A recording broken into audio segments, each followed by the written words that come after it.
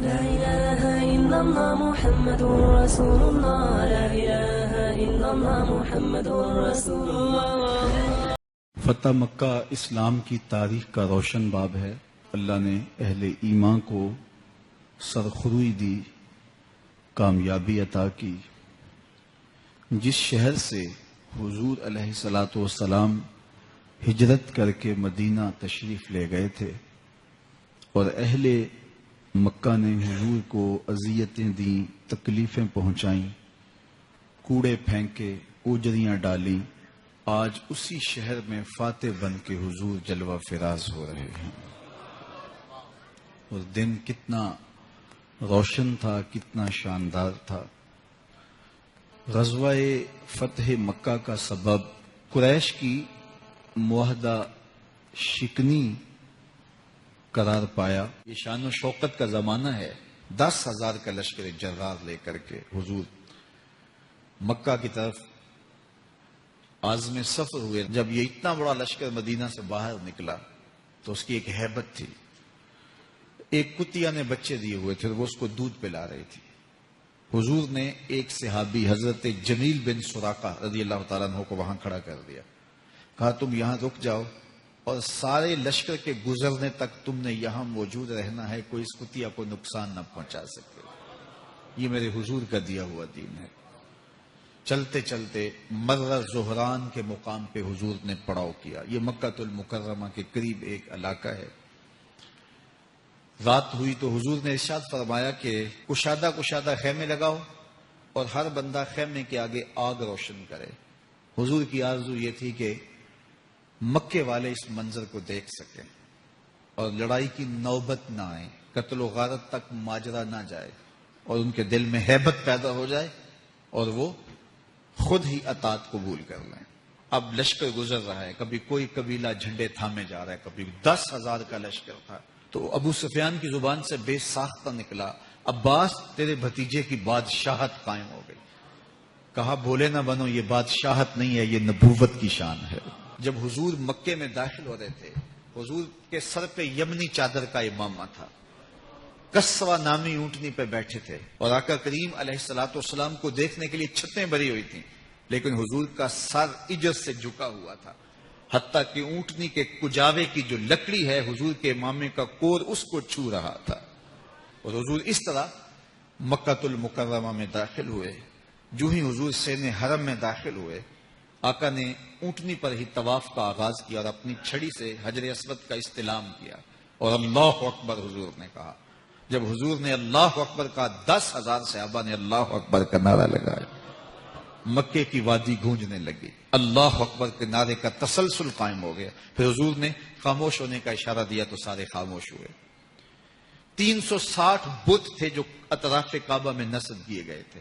حضور چھڑی سے اشارہ کرتے اور جاء الحق و زہق الباطل پڑھتے، اور وہ بت اوندا ہو کے گر پڑتا۔ اللہ اکبر۔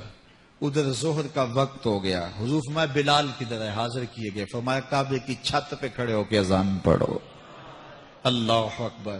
بلال کعبے کی چھت پہ کھڑے ہو گئے۔ جب ہم اذان دیتے ہیں تو رخ کدھر کرتے ہیں؟ قبلہ کی جانب۔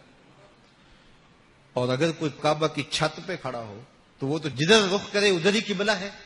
اب حضرت بلال اذان دینے کھڑے ہوئے، حضور طواف کر رہے تھے۔ اللہ اکبر۔ بلال ادھر گھومتے جا رہے ہیں جدھر حضور گھومتے چلے جا رہے ہیں۔ اذان ازل سے تیرے عشق کا ترانہ بنی، نماز تو اس کی دید کا ایک بہانہ بنی۔ اسی حرم کے صحن میں بلال حبشی کو مارا گیا تھا، انہیں اذیتیں دی گئی تھی شہر مکہ میں۔ آج سارے نیچے کھڑے ہیں، بلال حبشی اوپر کھڑا ہے۔ عزتوں کی معراج عطا کی گئی۔ حضور علیہ الصلوۃ والسلام تشریف لائے اور آقا کریم نے فرمایا کہ لوگوں بتاؤ تمہارا کیا گمان ہے میرے بارے۔ انہوں نے کہا آپ کریم باپ کے کریم بیٹے ہیں، تو آپ سے ہمیں خیر کی توقع ہے، لیکن انہیں یہ تھا کم از کم ہمیں مکہ بدر کر دیا جائے گا۔ لیکن میرے حضور نے فرمایا آج میں تمہیں وہی کہوں گا جو حضرت یوسف نے اپنے بھائیوں کو کہا تھا، جاؤ چلے جاؤ، آج میں نے تم سب کو آزاد کیا۔ سن 8 ہجری کو یہ واقعہ ہوا۔ 9 ہجری کو حضور نے حضرت ابوبکر صدیق کی قیادت میں حج کے لیے قافلہ بھیجا اور 10 ہجری میں خود آئے، تو وہ منظر بھی شان و شوکت کا ایک عجیب رنگ ہے۔ اللہ تعالی ہم سب کو فتح مکہ کی برکتوں سے مالا مال فرمائے۔ آج میں دوپہر کو بیٹھا تھا تو وہ ایک شخص آ کے میاں صاحب کا شعر پڑھنے لگا، دیگر تے دن گیا محمد اوڑک نو ڈب جانا. تو میری نظر چلی گئی، میں نے کہا ابھی تو 10 بجے ہوں گے. تو میں نے کہا صبح کے 10 بھی بج گئے ہیں اور پھر 12 بھی بج جانے، پھر ظہر بھی ہوگی، پھر دیگر بھی ہوگی اور اس کے بعد پھر شام بھی ہو جانی ہے.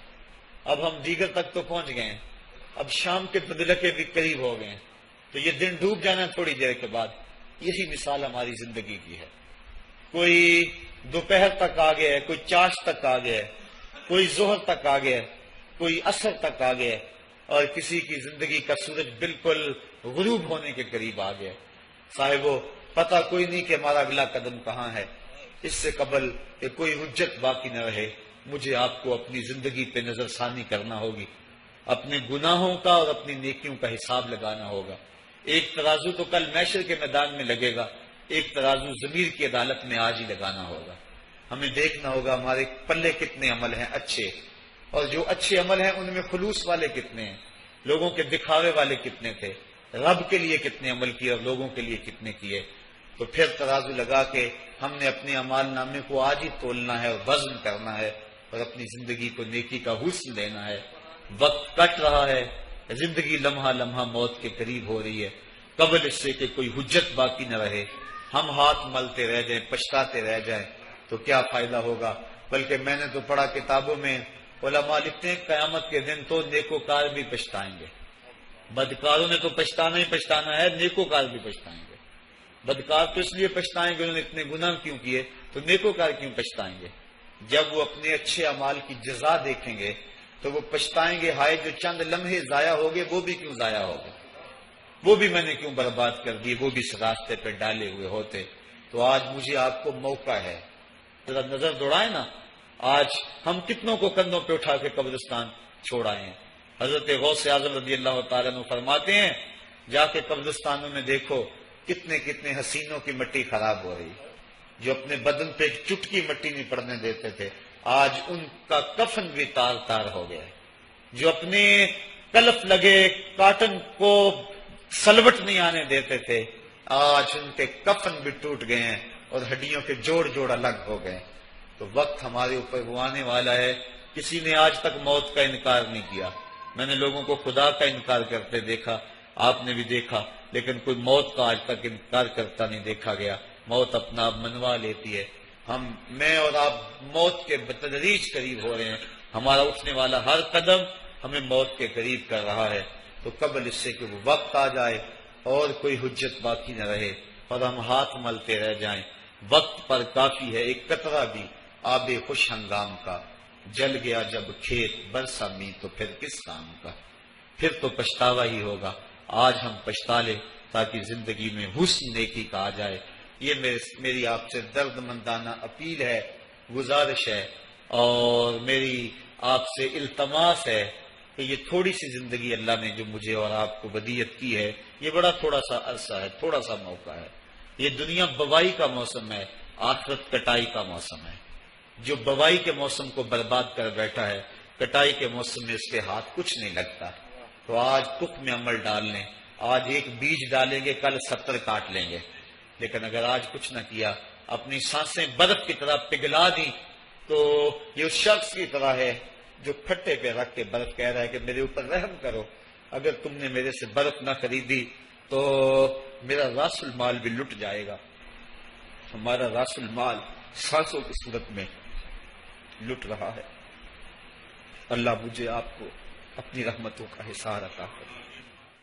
آفاق کے ہر ہر گوشے میں قرآن سنا کر دم لینا،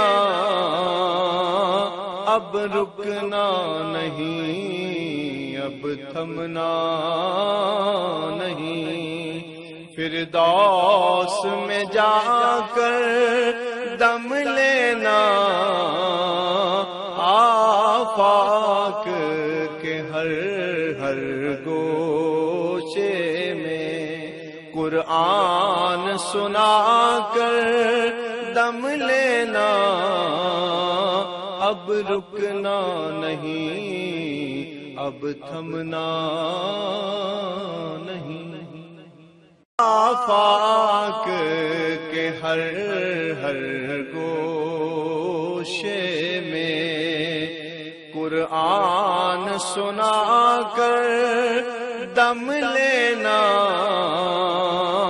اب رکنا نہیں، اب تھمنا نہیں۔ فردوس میں جا کر دم لینا، آفاق کے ہر ہر گوشے میں قرآن سنا کر دم لینا، اب رکنا نہیں، اب تھمنا نہیں۔